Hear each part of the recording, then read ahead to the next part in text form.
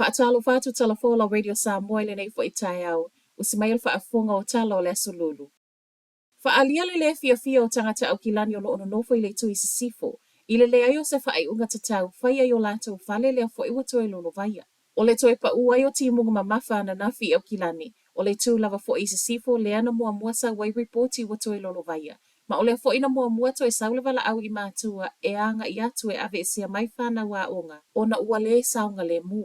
I mole maua nisi i tala le news hub, o le faa lima i le ona lolo vai o lātou fale i totono le umi, e i lunga la ititi atu lava mali tausanga. O le to atelo i lātou i sisifo au kilani na toe mole mau i le fia i le Auckland Council. Ona o le leo se faa i unga tatau na whaia i o lātou fale, ma isi lo longa na tutupu mua e seia na nafi. E le ngata o le leo se faa i unga a onisi e le o fia i le o feso ta inga ma le council, faa tatau i o lātou fale. E saule faa silisilang o le polo a ingo faa lavlave faa fua se i mo au kilani ana nafi. O lo i au se talia le pule nui a Wayne Brown, i lungo ngā luenga. Ma o lo na suia Desley Simpson, le ana faa ilua mai o lo uva ayal ngā luenga a o to e sea. A o faa tali pia la sa isi tala le Auckland Council, mo a inga nei wato e a fia foi. O le ana faa ilua i atu le minister ia Michael Ward i nisi o a inga a fia i le tui se sifu ana nafi, ma ua fai maila sui fai pule o Mount Roscoe i tutonu o le tolu vai aso, wa tatau na manino mai aise fai unga fai tatau i fale o a inga wa toe fai leanga ina fo i ele vai. Wa maua le tino mali o le tametiti a onga le ana leilo i Northland i le taimi na mamafa mai ai timu ngā na nafi, ai olo o alu le malanga le a onga.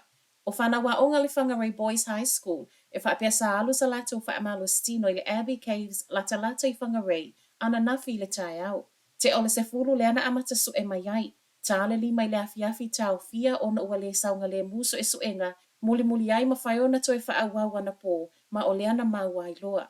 I reporte wha apea na tawhea i longa le ali i a onga. Se fulu fitu wha atasi lau wha el kulupu na o, e au fei matangata mātutua to alua.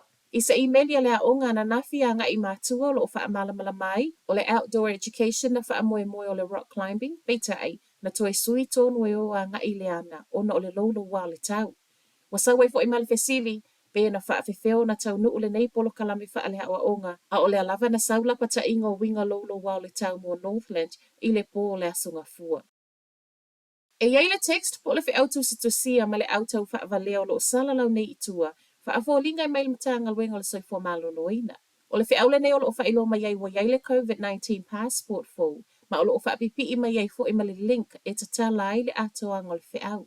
Ua wha mautino mai al soifo malo loina, e le o se fe awalo ia mail matanga luenga, ma ua toi talo sanga mai tangata lau tele e awa ne i tatala ina, ono o le scam. O lo fautua ina fo i tangata e reporti anga i matanga luenga o vai fafo, po le lafo fo i le numera fitu lua ono. Tule i fafo ma le mauta ta ita e le pātia Maori. A olu fale atua i totono o le mauta fono o meka fai te po o le sa avea ma se tasio minister. I fafo le kāpeneta le Labour, le ana wha amawai le vai aso tāluai.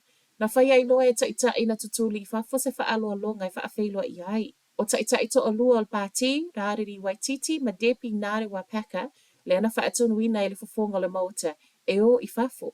Mana mafua lea ona o se sauni ngai fōlinga mai wa pelongi ai ia. Ono o lena mua whai atu o maali lie uma i ai pāti peita ai muli ane to i loa il fonga le mota e le ai. Ile mai atu le i whafo le fonga whetalai o Waititi mapeka, ono o le la sauninga whai au noa mas whaatangana, na sauno ai whai tiri po o le wa avea nei o se whai pule tūto tasi. O le sauninga sa tau mawhai i ai taita e o la lātou pāti, o le tau mawhai a whaalao lau mea uma e au whiailei tū whaaleanganga, a o ia to e sau whai mai ei whaafisanga i mali Labour, lea sa iai mua.